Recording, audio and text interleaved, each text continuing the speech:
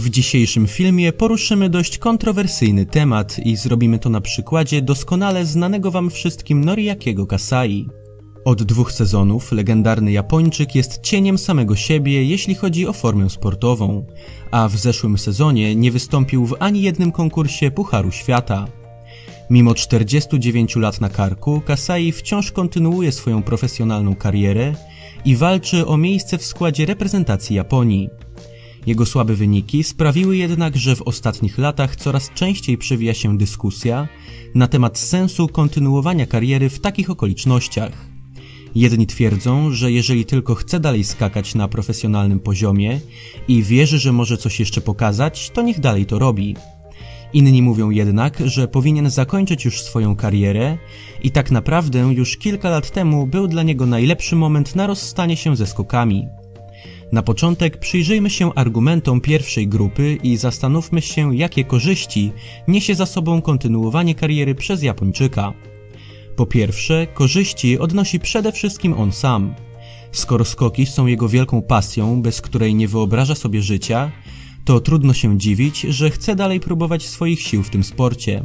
Jeśli wierzy w swoje umiejętności i powrót przynajmniej do regularnych startów w Pucharze Świata wydaje mu się realny, to na pewno jest dobrze zmotywowany, a dobrze zmotywowany sportowiec jest zadowolony, gdy może trenować, budować formę i zmierzać do swojego celu, nawet jeżeli w danym momencie znajduje się w kryzysie. Korzyści z kontynuowania swojej kariery odnosi jednak nie tylko sam Kasai. Dla wielu sportowców stanowi on przykład wytrwałości i inspirację. Swoimi osiągnięciami pokazał całemu sportowemu światu, że nawet po 40 można osiągać wielkie sukcesy w zawodowym sporcie, wygrywać konkursy i sięgać po medale olimpijskie. Przesunął granicę wieku sportowca w miejsce, które wcześniej było nie do pomyślenia. Wielu zawodników po 30 otwarcie mówi, że kontynuują swoje kariery z ogromną nadzieją na kolejne sukcesy i trofea, właśnie dzięki przykładowi, który dał im Kasai. Gdyby udało mu się jeszcze wrócić do Pucharu Świata, a może nawet w nim zapunktować, byłoby to kolejne wielkie osiągnięcie.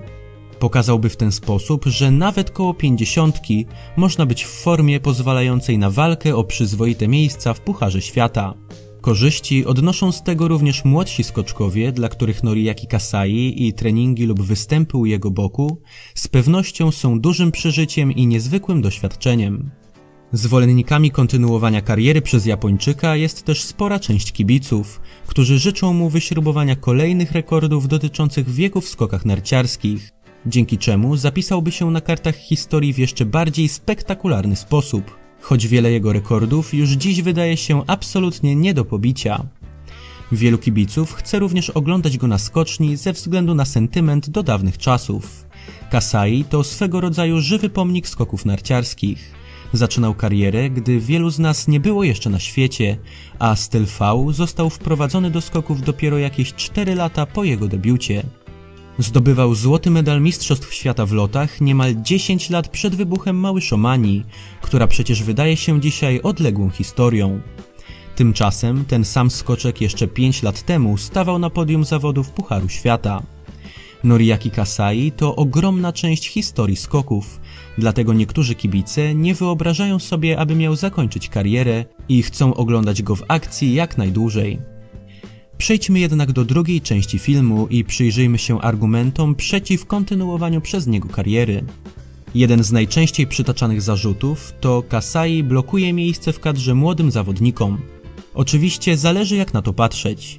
Zakładając, że Kasai zbudowałby formę, która pozwoliłaby mu na występ w zawodach Pucharu Świata i zostałby na te zawody powołany, to rzeczywiście stałoby się to kosztem jakiegoś młodszego zawodnika. Jednak według mnie nie jest to dobry argument, żeby kończył on karierę tylko dlatego, że ma dużo lat i prawdopodobnie już nic znaczącego nie osiągnie. Jeżeli miałby zostać powołany do kadry za swoje umiejętności i aktualną formę, to jest to jak najbardziej w porządku. Taki występ byłby też z pewnością szeroko komentowany i mógłby przynieść pewne korzyści marketingowe. Natomiast strata jednego czy kilku konkursów Pucharu Świata dla młodszego zawodnika, który dodatkowo nie prezentowałby w danej chwili lepszej formy od weterana, nie oznaczałaby przecież żadnej tragedii. Oczywiście każdy może patrzeć na tę kwestię nieco inaczej.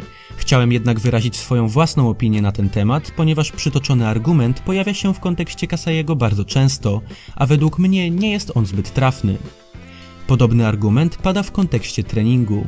Noriaki Kasai skupia na sobie częściową uwagę trenerów, którzy mogliby w tym czasie zająć się w większym stopniu szkoleniem młodzieży, co byłoby bardziej opłacalne, jeśli chodzi o rozwój całej kadry.